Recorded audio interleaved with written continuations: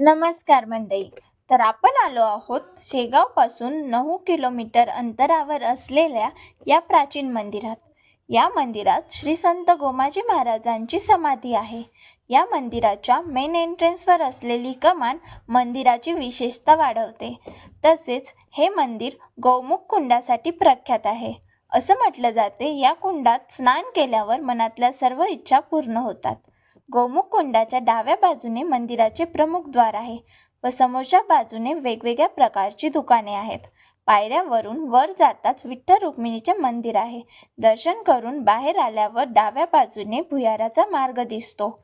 संत गोमाजी महाराज या भुयारात ध्यान साधना करत असत. गोमाजी महाराज हे श्रीकृष्णाचे खूप मोठे भक्त होते. या मंदिरात जुन्या काळातील स्वयंपाकघर सुद्धा आहे. त्यामध्ये जुन्या काळातील भांडी आहेत.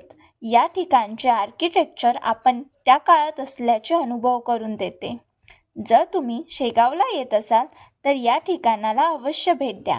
नेक्स्ट व्लॉगमध्ये आपण शेगावला जाणार आहोत. भेटूया नवीन व्लॉगमध्ये. बाय.